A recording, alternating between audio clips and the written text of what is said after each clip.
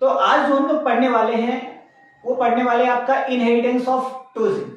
यानी आज का जो टॉपिक है वो हम लोग क्या पढ़ने वाले हैं, इनहेरिटेंस ऑफ टू जीन पढ़ने वाले हैं। बोले तो डाइहाइब्रिड क्रॉस। आई बात समझ में? यानी आज का जो बेसिक टॉपिक है उस टॉपिक का नाम क्या है, inheritance of two gene. Inheritance of two gene, ठीक है।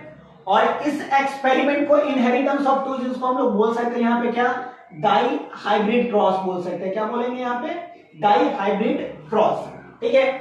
यानी धीरे धीरे हम लोग क्या करेंगे, आपका जो चैप्टर है ना पूरे चैप्टर्स को हम लोग ना एक कवर कर लेंगे, पूरा का पूरा ऑल चैप्टर्स को, चाहे आपका फिजिक्स का हो, चाहे केमिस्ट्री का हो या बायो का पार्ट हो। हम पूरे आपके साथ में नीट के प्रिपरेशन तक आपके साथ में लगे हुए हैं, और साथ में अपना बोर्ड का प्रिपरेशन को मत भूलिएगा, ठीक है। ये टॉपिक जो है नीट 2026 वालों के लिए उतना ही ज्यादा हेल्पफुल है जितना ये क्या है तुम्हारा 12th बोर्ड्स के लिए, ठीक है ना।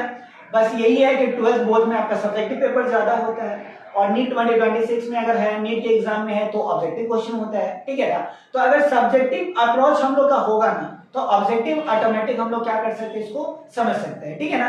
तो बोले तो तुम्हारा क्या है कि इनहेरिटेंस ऑफ टू जीन्स, यानी टॉपिक का क्या नाम है, इनहेरिटेंस ऑफ टू जीन। पहले जो मोनोहाइब्रिड क्रॉस पढ़ रहे थे ना बच्चा, उसमें हम लोग केवल क्या कर रहे थे, एक जीन के बारे में बात कर रहे थे। या तो वो जीन क्या था, कैपिटल टीटी था या स्मॉल टीटी था। लेकिन यहाँ पर कितना जीन की बात करेंगे हम लोग, टू जीन्स की बात करेंगे। अब ऐसा क्यों है, ठीक है ना।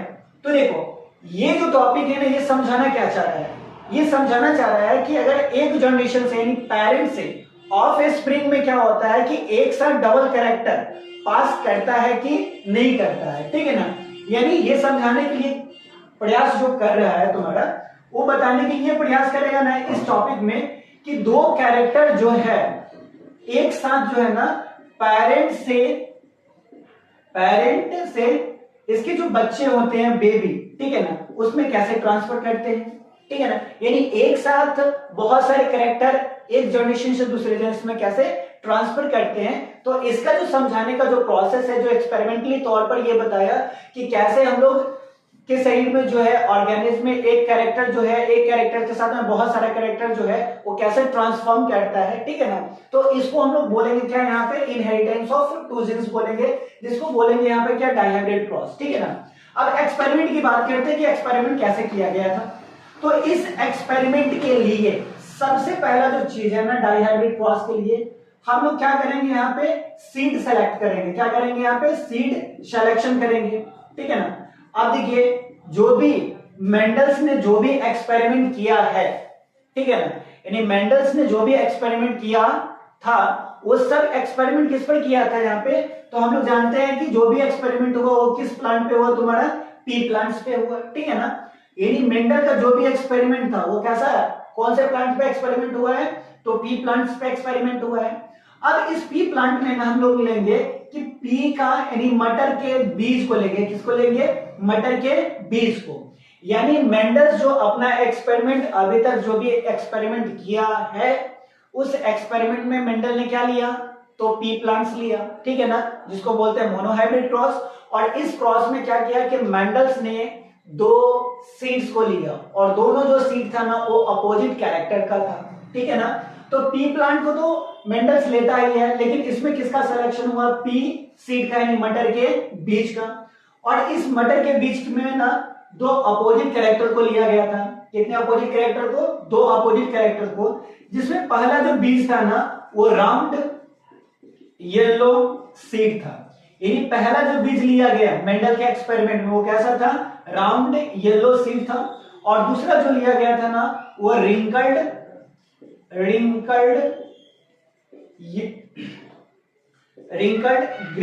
सीड था। यानी मेंडल्स ने अपने एक्सपेरिमेंट में कितने तरह का सीड को लिया, तो दो तरह के सीड को लिया। फर्स्ट जो सीड था ना वो राउंड येलो सीड था, और सेकेंड जो सीड था ना वो रिंकल्ड येलो सीड्स था, ठीक है ना।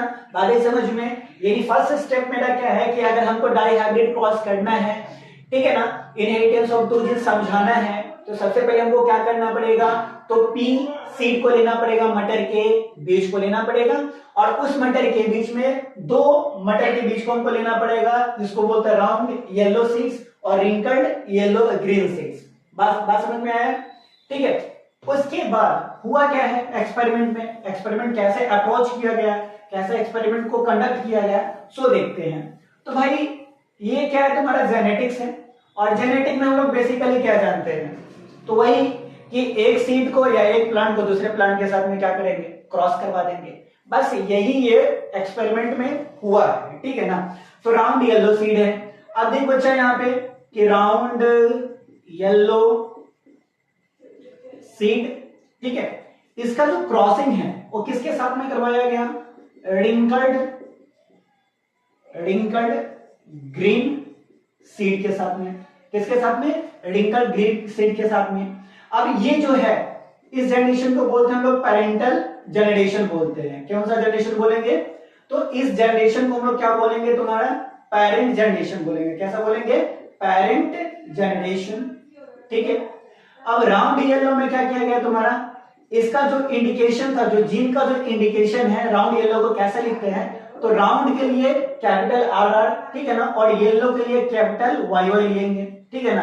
यानी राउंड के लिए कौन सा जीन को हम इंडिकेट करेंगे, कैपिटल आर आर, और येलो सीड के लिए कैपिटल वाई वाई, और रिंकल्ड सीड के लिए यहाँ पे करेंगे स्मॉल आर आर, और ग्रीन के लिए यहाँ पे यूज करते हैं हम लोग क्या, स्मॉल वाई वाई करते हैं। क्या करते हैं, स्मॉल वाई वाई, ठीक है ना। तो राउंड के लिए क्या तुम्हारा कैपिटल आर आर, और येलो के लिए क्या सा तुम्हारा कैपिटल वाई, और रिंकल के लिए तुम्हारा स्मॉल आर आर, और ग्रीन सीड के लिए क्या तुम्हारा स्मॉल वाई वाई, ठीक है ना। अब ये देखो दोनों मिलके क्या कर देगा, यहाँ पे capital R R capital Y Y ऐसे लिख सकते हैं, इसके जीन को रिप्रेजेंट कर सकते हैं, ठीक है ना। और ये स्मॉल आर आर और ये स्मॉल वाई वाई हो गया, ठीक है ना। तो राउंड येलो सीड को हम रिप्रेजेंट कैसे करते हैं, कैपिटल आर आर और कैपिटल वाई वाई से, और रिंकल्ड ग्रीन सीड को कैसे करते हैं, स्मॉल आर आर और वाई वाई से, ठीक है ना। अब इसको क्या किया गया तुम्हारा, दोनों को आपस में क्रॉसिंग करवाया गया। क्या करवाया गया, क्रॉसिंग करवाया गया। तो क्रॉसिंग में क्या था कि यहां से 50% आर और यहां से 50% आर स्मॉल का, यहां से कैपिटल वाई और यहां से एक स्मॉल वाई। अब दोनों क्या किया आपस में जब क्रॉसिंग किया ना बच्चा, तो एक कैपिटल आएगा दूसरा स्मॉल आएगा, उसके बाद कैपिटल वाई आएगा और स्मॉल वाई आएगा। यानी बोले तो तुम्हारा क्या था इसमें कि 50% जो कैरेक्टर था ना वो किसका कैरेक्टर था, तो राउंड सीड का 50% कैरेक्टर था वो किसका था, रिंकल्ड सीड का, और 50% कैरेक्टर जो था येलो का, और 50% कैरेक्टर किसका था तुम्हारा यहाँ पे ग्रीन सीड का था। तो इसमें क्लैरिफाई नहीं हो पाया तुम्हारा कि कैसे ट्रांसफर यानी कैरेक्टर जो है वो ट्रांसफर कैसे कर रहा है, ठीक है ना, क्योंकि यहाँ पर क्या है 50-50% है।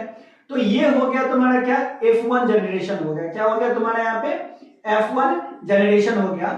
यानी पेरेंट सीड को जब आपस में क्रॉसिंग करवाया गया तो जस्ट लाइक क्या था, जैसे मोनोहाइब्रिड क्रॉस हुआ था जिसमें 50-50 कैरेक्टर ट्रांसफर्ड हुआ था F1 जनरेशन में, तो उसी तरीका से F1 जनरेशन में यहाँ 50% कैरेक्टर किसका है, राउंड है, 50% कैरेक्टर किसका है, रिंकल्ड है, 50% कैरेक्टर जो है येलो का है, और 50% कैरेक्टर क्या है, ग्रीन का है। तो ये कुछ समझ में नहीं आ रहा है कि ये सही में ट्रांसफर कर रहा है कि नहीं कर रहा है। तो तुम्हारा F1 जनरेशन में क्या आया, capital R small R capital Y और स्मॉल वाई आया, ठीक है ना। तो ये F1 जनरेशन की बात हो गया। अब इस जो F1 जनरेशन में जो सीड प्रोड्यूस हुआ है ना, इसी सीड को लेकर ना आपस में फिर क्या किया, मेंडल जो था दो ऐसा ही सीड को लिया और आपस में फिर क्या कर दिया, क्रॉसिंग करवा दिया गया। क्या करवा दिया गया तुम्हारे यहाँ पे, क्रॉसिंग करवा दिया गया, ठीक है ना। तो अगर इतने चीज को अगर तुम लिखना चाहते हो तो लिख सकते हो, ठीक है ना, इसको पहले लिख लो। अब आगे देखते हैं हम लोग।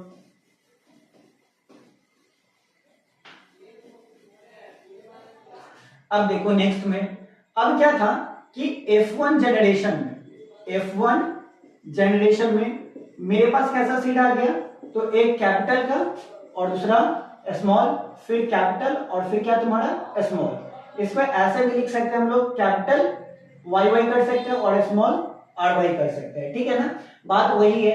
अब इसको क्या किया गया, लिया गया और सेल्फिंग करवाया गया, ठीक है ना।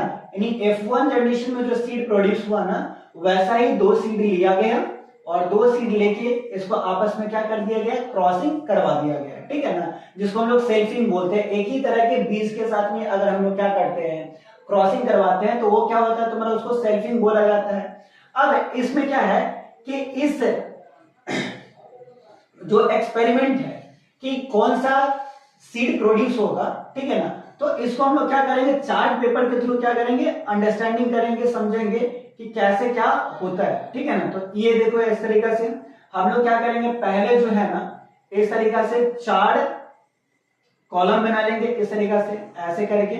आप सीधा भी कर सकते हो, ठीक है ना, कोई दिक्कत इसमें नहीं है। देखो एक ये बॉक्स हो गया, ये दूसरा बॉक्स हो गया, और ये तुम्हारा तीसरा और चौथा बॉक्स हो गया, ठीक है ना। अब यहाँ पर क्या करेंगे ना, आप लोग क्या करते हो ना कि ये जो चार्ट है इसमें किस तरीके से हम लोग जीन को आइडेंटिफाई कर सकते हैं, कैसे ये वाले जीन जो है ना उसको रिप्रेजेंट करते हैं, इसमें आप लोग क्या करते हो, दिक्कत कर जाते हो, ठीक है ना। तो इसको दिक्कत आपको नहीं होना है, ठीक है ना, थोड़ा सा भी कंफ्यूज इसमें नहीं होना है। इसलिए आप यहाँ पे समझ लीजिएगा कि पहले हम लोग क्या करेंगे, कैपिटल आर को और कैपिटल वाई को देंगे। पहले किसको देंगे, कैपिटल आर और कैपिटल वाई को देंगे, फिर कैपिटल आर को रहने देंगे और फिर स्मॉल वाई को देंगे, ठीक है ना। फिर यहाँ पे क्या करेंगे हम लोग कि स्मॉल आर को देंगे और फिर कैपिटल वाई को देंगे, ठीक है। और फिर उसके बाद क्या करेंगे हम लोग कि यहाँ पे दोनों स्मॉल आर वाई को देंगे, ठीक है ना। तो पहले क्या करना है, कैपिटल आर फिर कैपिटल वाई, फिर कैपिटल आर फिर स्मॉल वाई, फिर स्मॉल आर और कैपिटल वाई, और फिर स्मॉल आर और स्मॉल वाई को, ठीक है ना। सेम इसी ट्रेंड में इसको हम लोग क्या कर देंगे, कैपिटल आर वाई, ठीक है ना, कैपिटल आर स्मॉल वाई, ठीक है ना, यहाँ पे स्मॉल आर और कैपिटल वाई, और यहाँ पे स्मॉल और स्मॉल वाई, ठीक है ना। अब आपस में क्या कर देंगे, इस दोनों को कंजुगेट करेंगे, यानी इस दोनों के साथ इसका और इसका आपस में क्या करेंगे, क्रॉसिंग करवाएंगे। तो जब इसका और इसका क्रॉसिंग आपस में करवाएंगे ना, तो कैपिटल आर आर और कैपिटल वाई वाई होगा, ठीक है ना।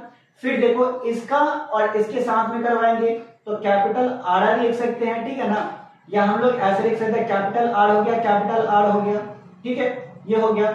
और ये तुम्हारा कैपिटल वाई और ये तुम्हारा क्या, स्मॉल वाई हो गया, ठीक है। फिर क्या करेंगे, इसके साथ में करवाएंगे। तो ऐसे कर करके हम लोग क्या करेंगे, एकदम इस तरीका से हो गया। फिर इसका और इसके साथ में करवाएंगे तो कैपिटल हो गया, फिर स्मॉल हो गया, फिर कैपिटल हो गया, फिर स्मॉल हो गया।